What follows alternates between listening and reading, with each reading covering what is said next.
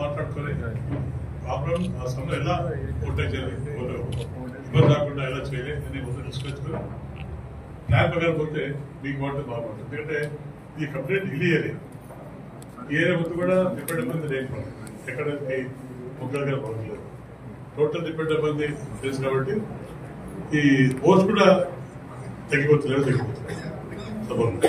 లేక హార్టికల్చర్ ఉన్నాయి, ఇక్కడ తోటలు ఉన్నాయి, రకరకాల క్రాప్స్ కాబట్టి అంత కూడా డిపెండ్ అయిపోయి ఓట్స్ మీద ఈ సంబంధంలో ఓటు తగ్గే అవకాశం ఉంది.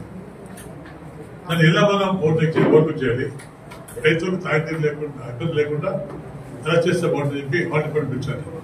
సుమారావు గారు, అదే గారు రిక్వెస్ట్ అంటే ఐ నీడ్ యువర్ కోఆపరేషన్.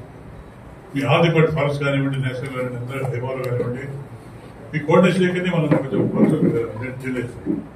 ఎంత ఏ సమస్యగా నేను మీతో కోఆర్డినేట్ చేసుకొని మీరైతే సాల్వ్ చేస్తున్నాం, లేకపోతే వేరే మాట్లాడితే సాల్వ్ చేస్తాం. That's my responsibility. నాకు కావాల్సింది ప్రజల ఇబ్బంది లేకుండా, అధికారుల ఇబ్బంది లేకుండా ప్రాబ్లమ్ సాధిస్తుంటే డెఫినెట్ అవుతుంది. లేకనే కోఆర్డినేషన్ లేకనే చాలా ఇబ్బంది పెట్టాం. లేక ఈ సంబంధం చాలా వర్షాలు కాబట్టి ఆ సంబంధం ఫేస్ చేయాలి. మీకు ముఖ్యంగా మేమే మీరే దిగవాలి. బిగా పైప్ చాలా ఇంపార్టెంట్ మా ఏరియా. ఎక్కడైతే ట్రాన్స్పోర్ట్ ఇబ్బంది ఉన్నప్పుడు రేపు ట్రాన్స్పోర్ట్ వాటర్ కొన్ని ఉన్నాయి, దగ్గర మీకు కోఆపరేషన్ కావాలి.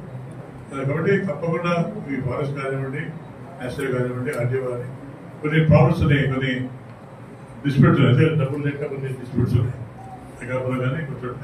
అది కూడా అవుట్ సాల్వ్ ది ప్రాబ్లం. దానికి కోర్టు పోకుండా కోర్టు పోకుండా మనకి ఎలా బ్యాలెన్స్ చేయాలి, ఆర్డీఓ చూసుకుంటారు. ఇది వాళ్ళ బాధ్యత.